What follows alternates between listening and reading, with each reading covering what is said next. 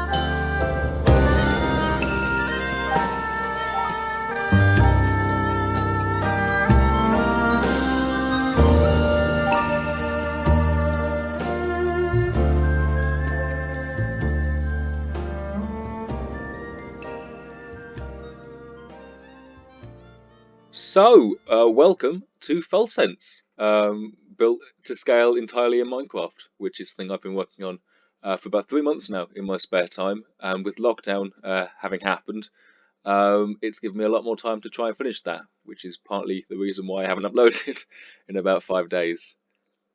Sorry. Quick warning before we start, in terms of spoilers, this game will spoil quite a bit of the plot in terms of Pandora's box, so if you haven't played that yet, I really would recommend doing that first. It's such a beautiful game, and I wouldn't want to spoil that for you if you haven't seen it or played it, so really would recommend you play the game before you watch this tour. So without any further ado, let's get cracking on the tour!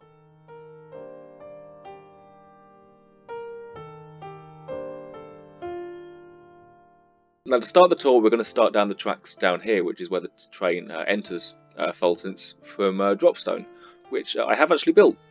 This isn't just a Folsense world, it's a whole Layton world. It includes full-scale models of St. Mystere, Dropstone, Folsense, and most of, well, I say most of, it's still a work in progress, but a lot of London has been built as well, using locations from Pandora's Box, Lost Future, Spectre's Call, and Aslan Legacy.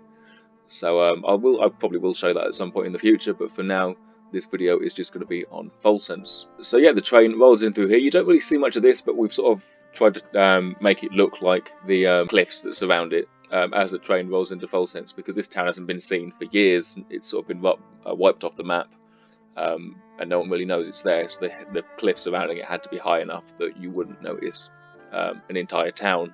I'm not going to take all the credit as well for this. There has been a few of us working on this project. About 95% of the buildings and the landscaping in Folsense was done by me, but there are some areas of the town that were built by other people, and we'll talk about them a little bit later. Now, the station itself isn't really visitable in the game that much. You don't really spend much time here, so for this I had to take a lot of the inspiration for the, or a lot of the design for the building from both the cutscenes and the guidebooks. Now I've got the World of Professor Layton, which is released in English, but I've also got Professor Layton's secret book, which was only released in Japan, and I used that for episode 1 of APS, Finding Folsense. And I should mention as well that the location of Folsense in this Minecraft world is based on the research that I did for Finding Folsense, in the sense that the castle is in the west end of town and the station is in the east end of town, and the only way I could do that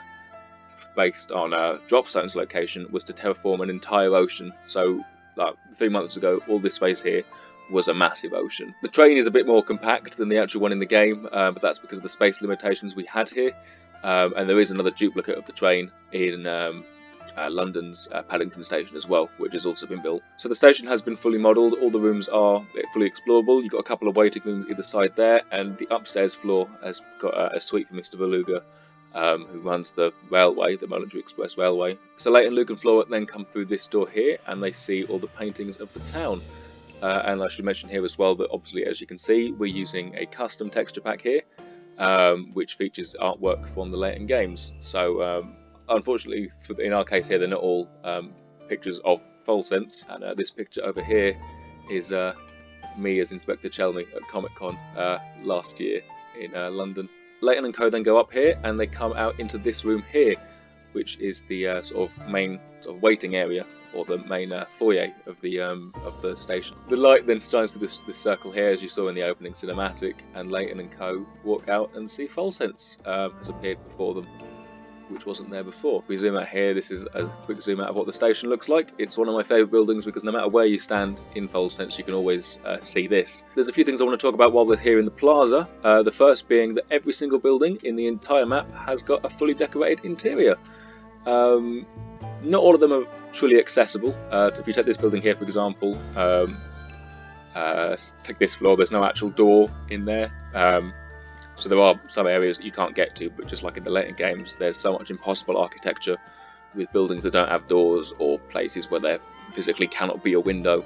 Next up, we've got this street here, which is the street that the hotel is on, which is obviously a TARDIS, because like most of the buildings in the Layton series, the interiors always have so much more space than the exterior buildings show to have. So looking at the hotel, it was so hard to cram everything in here, but I think I've managed to get everything in. You've got the seats that everyone sits in when Chelmy accuses Sammy of being the culprit, and then Layton reveals it's actually Flora. And then if we come up here as well, I had to knock through into the next building to actually make the bedroom, which does look a little bit different to the actual room, because I had to stick a door in on the left where the mirror is, because otherwise there's no way of getting into this room. Continuing on, we get to this space here, and again the architecture of the map and the in-game artwork does differ quite a bit here. As you can see in the map, it is pretty much just a straight line all the way down to the next part of the city, but in the in-game artwork it's more of a curvy street, so we had to pick and choose as to which one we wanted to go with the most, and ultimately I decided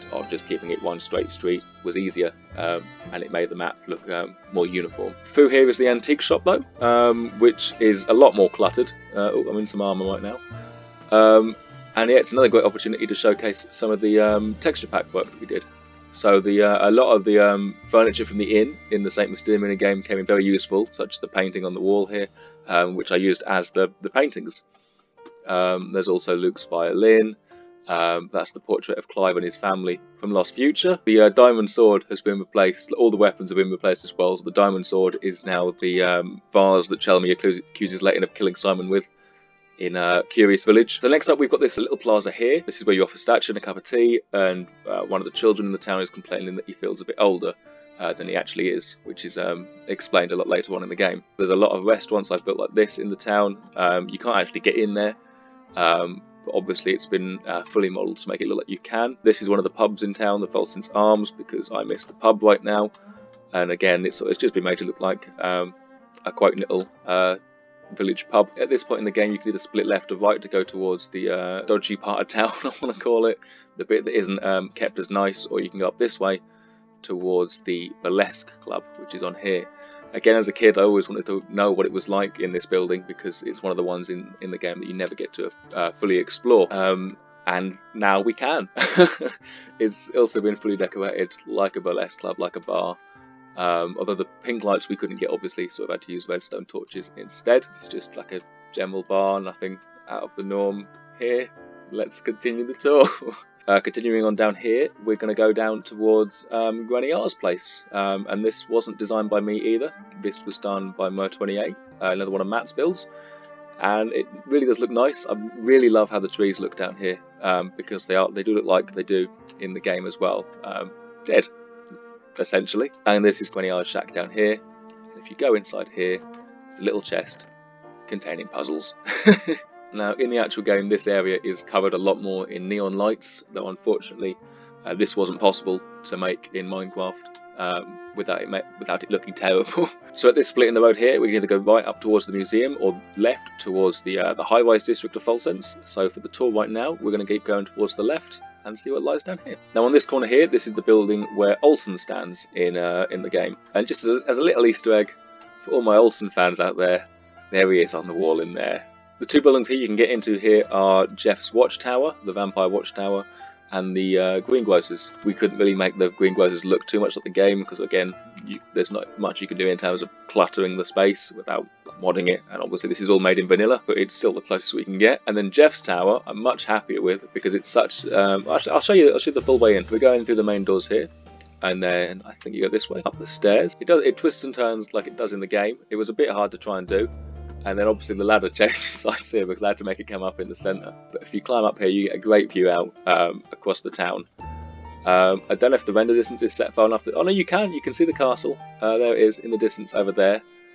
I'll try zooming in post so you can see it a bit better. But it's that lit up thing in the distance way out there. In this direction though, you can see the train station, some of the high-rise buildings, and then behind there, you've got the museum as well. Continuing the tour a little bit more, we've got to Uptown Folsense, which is one of my favourite images in the entire game due to how much the buildings rise up in the background. It really reminds me of Belleville, which is the city from one of my favourite Sylvain Chomet films, Le Trip de Belleville, which is what I wrote my dissertation on when I was in university. And I love how the towers sort of expand into the skyline and how it's almost ghostly in its appearance.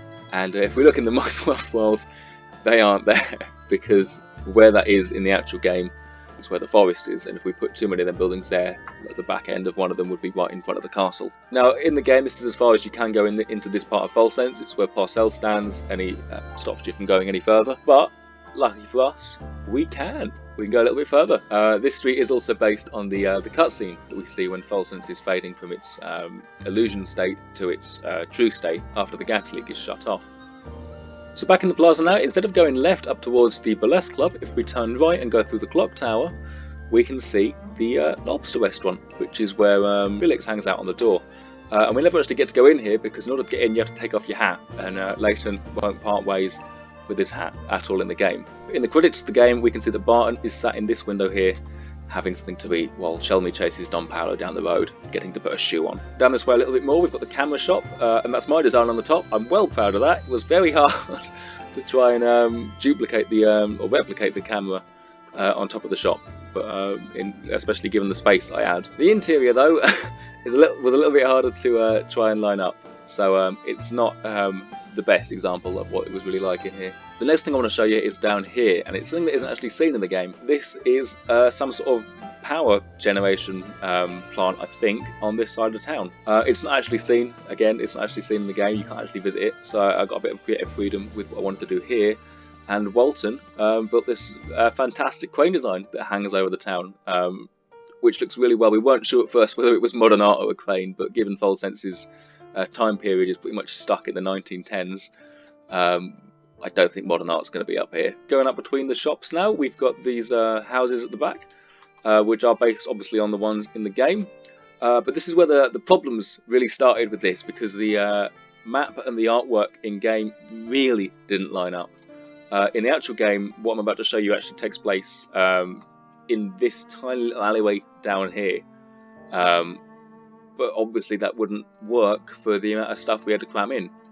So we had to put it here instead. Now obviously this is a little bit different to the in-game artwork, mostly because there's no buildings here on the left, and that's because of the space we had available to us. So if you go this way, it does just go down the stairs to the street below, and that leads you to this bit over here.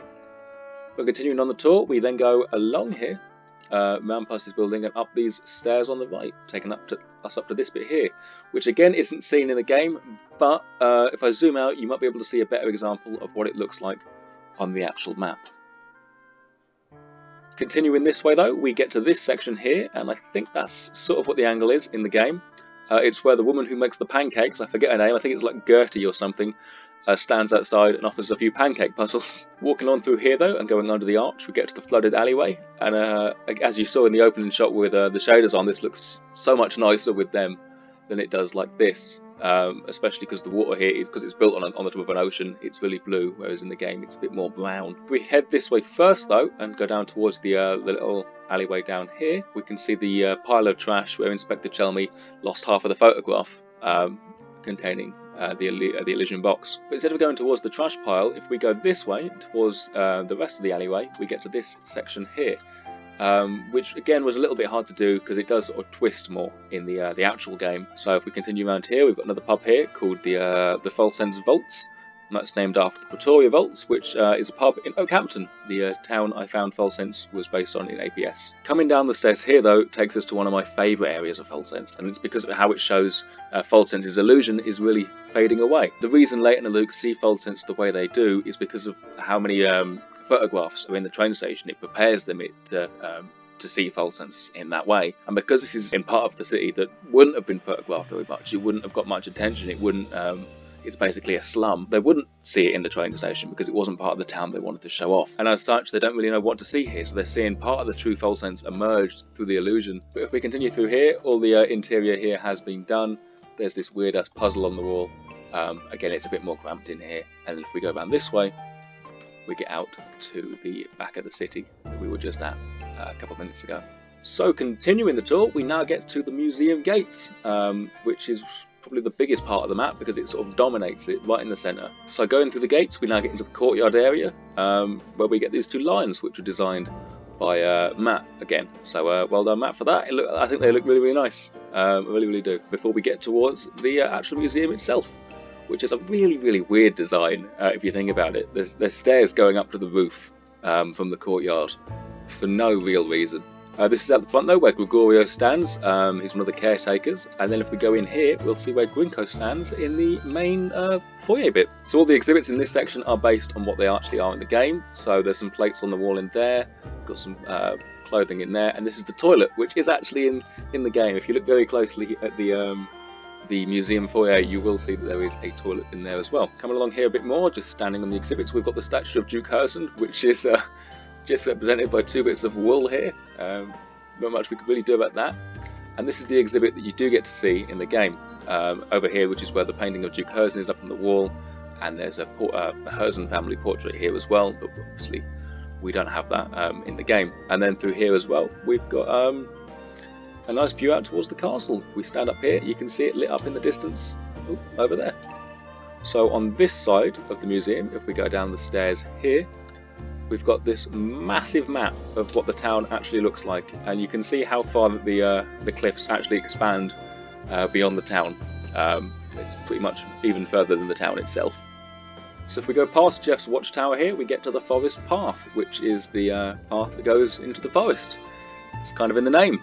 Now this is one of the darker parts of the town because there isn't any actual light back here, but this is the fork in the road that goes towards the mine in this direction and the castle over here. So if we start by going towards the mine, we go through all these trees here. The path fades out around here, and then we go out towards this sort of section where the mine carts all are. Into the mine though, we go past these mine carts and we get to the first area we see in the game, which is this one.